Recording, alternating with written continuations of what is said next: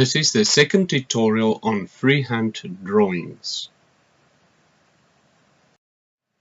There are some basic things that you need to know regarding freehand drawings. The edges of your paper should serve as your guide for the vertical and horizontal axis.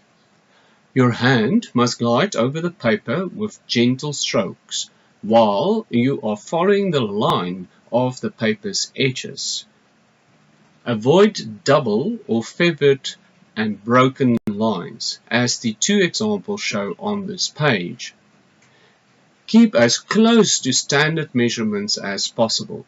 For example, 1 mm on paper when drawing with instruments should be basically close to 1 mm on the paper when drawing freehand.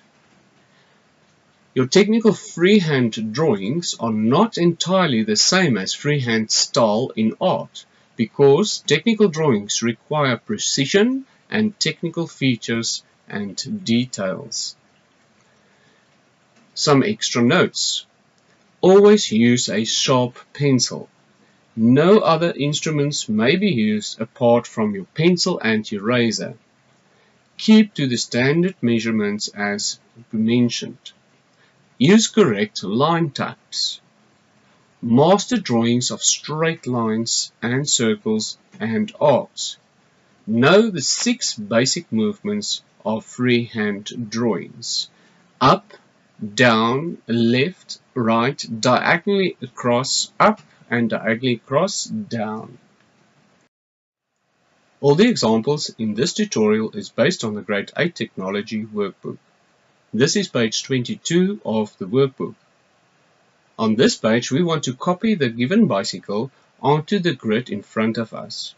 And we want to do this to a scale of 2:1 and do it freehand.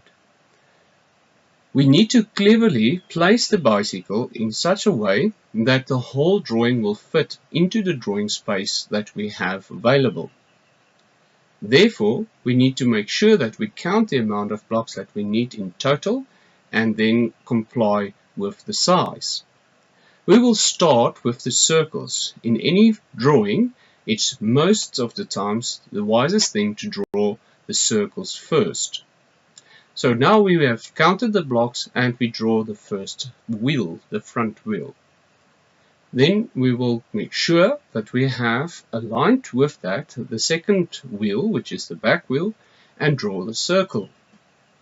Try and do this as accurate as possible using your freehand and using the techniques as discussed earlier on.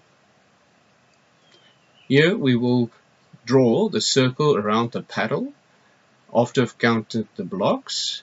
Please make sure that you do this all in proportion. Then we will draw the lines that are going in the same direction, as you can see here. And there must be a natural flow to the lines and the drawing.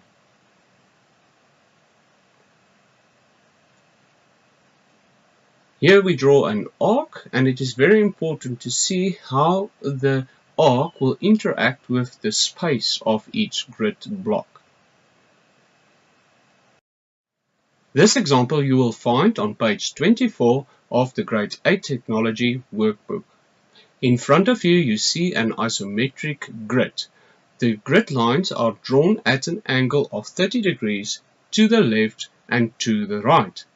At the bottom right, you see a model in isometric, and we need to take that model and copy it on a scale of 1:1 onto the grid in front of us.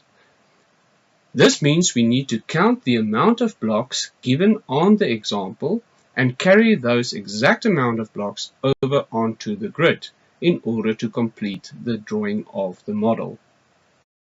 Here you see the answer of our isometric model already carried over onto the grid. I am going to use blue lines to show you the sequence that I use to carry over each line onto the grid. Before we start with the lines, we also can use a method called Gr8 to get the height, length and breadth of our model. Here we draw a green box onto the screen, that shows you the height, length and breadth of the model before it was cut out of its original shape. Starting the drawing, I will go to the lowest point of the box, and we call this the starting point. This drawing is given in first angle orthographic projection, and therefore my front view is on the right hand side. Therefore I'm going to start with the blue line, as indicated here, from the lowest point and draw it to the right. Then I will draw the base of my left view to the left. Then the y-axis, which represents the height from the starting point of our base.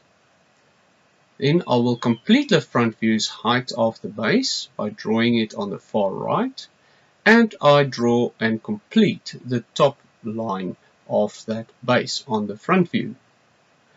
Then I move to the left view and show the depth, also the depth of the base, and I complete the base of my front view.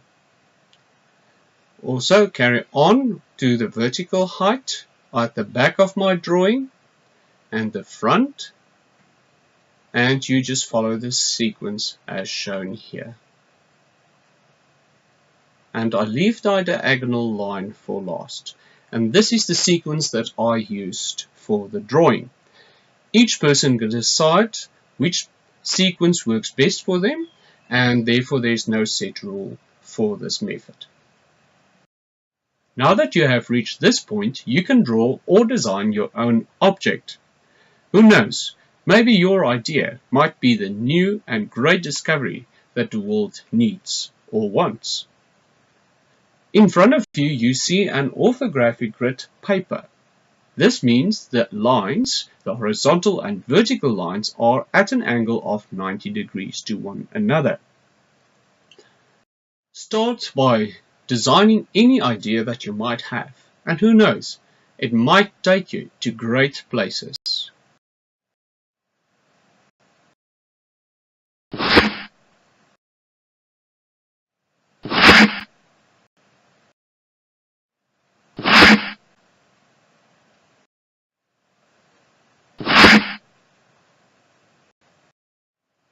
Congratulations, you have successfully completed the tutorial.